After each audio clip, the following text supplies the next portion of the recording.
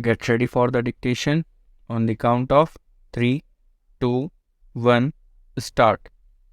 महोदय, भारत जैसे बहुभाषाभाषी देश में जहाँ विभिन्न भाषा परिवारों की 1652 भाषाएं बोली जाती हों, अष्टम सूची के अनुसार भी देश की 18 प्रधान भाषाएं हों, खान पान, वेशभूषा, रीति रिवाज आदि की दृष्टि से भी एक प्रांत दूसरे प्रांत से बहुत भिन्न हो, वहाँ देश की अखंडता को बनाए रखने के लिए सबसे अधिक आवश्यक यह है कि संपूर्ण देश के नागरिकों का वैचारिक स्तर पर आदान प्रदान हो, सांस्कृतिक विनिमय हो, एक दूसरे को समझने सराहने की चेष्टा हो।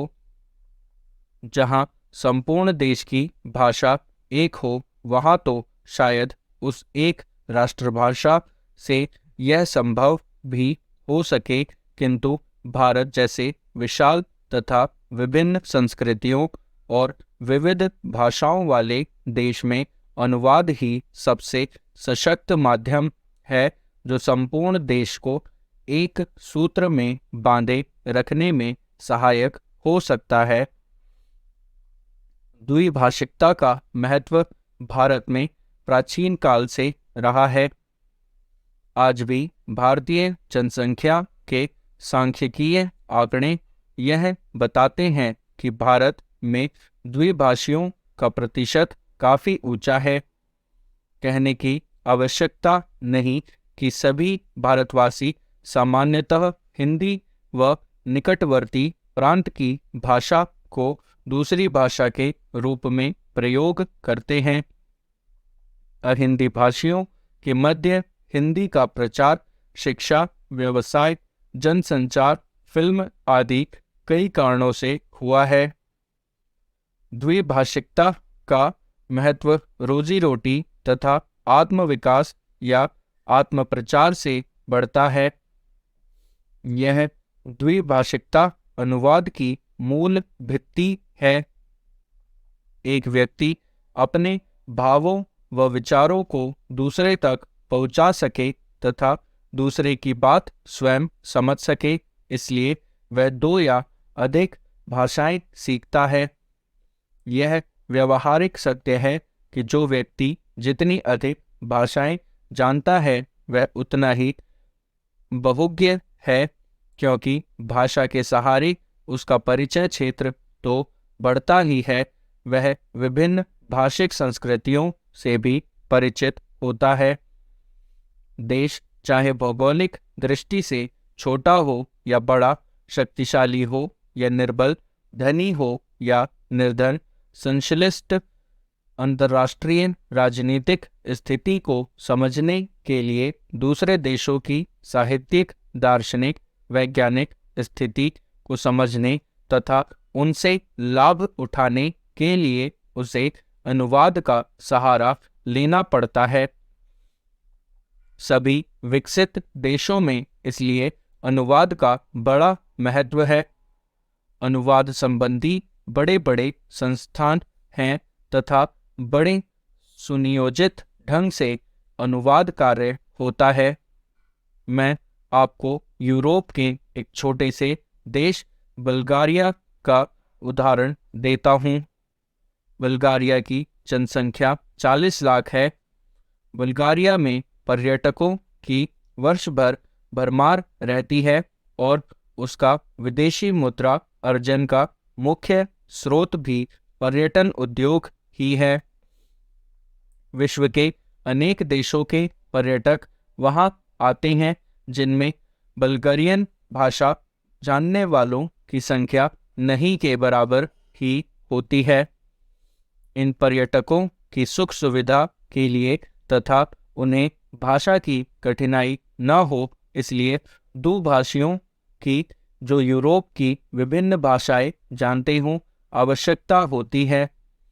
इसके लिए विश्वविद्यालयों में नियमित रूप से युवक युवतियां विदेशी भाषाएं सीखते हैं और दुभाषीय का काम करते हैं। महोदय, सरकार की ओर से इन भाषा संस्थानों को विशेष संरक्षण तथा सुविधाएं प्राप्त हैं। यह द्विभाषी केवल पर्यटन से जुड़े हुए हो ऐसा नहीं है। दूसरी भाषा सीखकर ये अनुवाद कार्य करते हैं। प्रकाशन संस्थानों में, जनसंचार माध्यमों में तथा विज्ञान निकायों में प्रतिष्ठित अनुवादक के रूप में जाने जाते हैं। ये सृजनात्मक ललित साहित्य का अनुवाद करते हैं, विदेशी समाचारों का अपनी भाषा में तथा बल्गारिया के समाचारों का विदेशी भाषाओं में अनुवाद करते हैं। ये अनुवादक अपनी अपनी भाषा के विशेषज्ञ माने जाते हैं। यदि आप कभी बल्गारिया जाएं तो आप देखेंगे कि आप चाहे इनकी भाषा ना जानते हों, किंतु आपकी भाषा जानने वाले आपको ज़रूर मिलेंगे। अभी कुछ महीने पहले की ही तो बात है जब भारत के राष्ट्रपति डॉक्टर शंकर दयाल शर्मा बल्गारिया गए। वहाँ बल्गारिया वासियों ने हिंदी में उनका स्वागत किया और भारत संबंधी प्रश्न भी उन्होंने राष्ट्रपति जी से हिंदी में ही किए। भारतीय प्रतिनिधि मंडल के लिए यह सुखद आश्चर्य था। वस्तुतः अनुवाद या भाषांतरण उनके लिए व्यावसायिक अनिवार्यता है। यूरोप के अन्य देशों में भी यही स्थिति है, जहां विश्व में प्रकाशित किसी भी भाषा का महत्वपूर्ण शोध निबंध या कोई विदेशी चर्चित साहित्यिक कृति उस देश की भाषा में तत्काल अनुदित हो जाती है। इतिहास साक्षी है कि ईसाई धर्म के प्रचार में अनुवाद की भूमिका कितनी महत्वपूर्ण रही है। ईसाई धर्म के विश्वव्यापी प्रचार के लिए बाइबल के अनुवाद की व्यापक योजना बनाई गई। अनुवाद ने ही बाइबल को भारत के गांव-गांव यहाँ तक कि आदिवासी क्षेत्रों तक पहुँचा दिया। बाइबल के बाद सबसे अधिक भाषाओं में और एक ही भाषा में कई बार भगवत गीता का अनुवाद हुआ। भारतीय दर्शन और प्रतिभा को समझने की लालसा ने विदेशियों को प्रेरित किया कि वे गीता का अनुवाद अपनी भाषा में करें। आज विश्व की सभी प्रमुख भाषाओं में गीता का अनुवाद आपको मिलेगा। अवधी भाषा में लिखित रामचरितमानस भी देश और विदेश की अनेक भाषाओं में अनुदित होकर विश्व साहित्य का अनुपम ग्रंथ बन गया है। वस्तुतः अनुवाद ही यह माध्यम है जो देशीय रचना को भौगोलिक सीमा से मुक्त कर विश्व मंच पर प्रतिष्ठित करता है। गीतांजलि की ख्याति का एक प्रमुख कारण उसका विदेशी भाषाओं में अनुदित होना भी है। अनुवाद दो भाषाओं के मध्य सेतु का काम करता है और दो संस्कृतियों को निकट लाता है।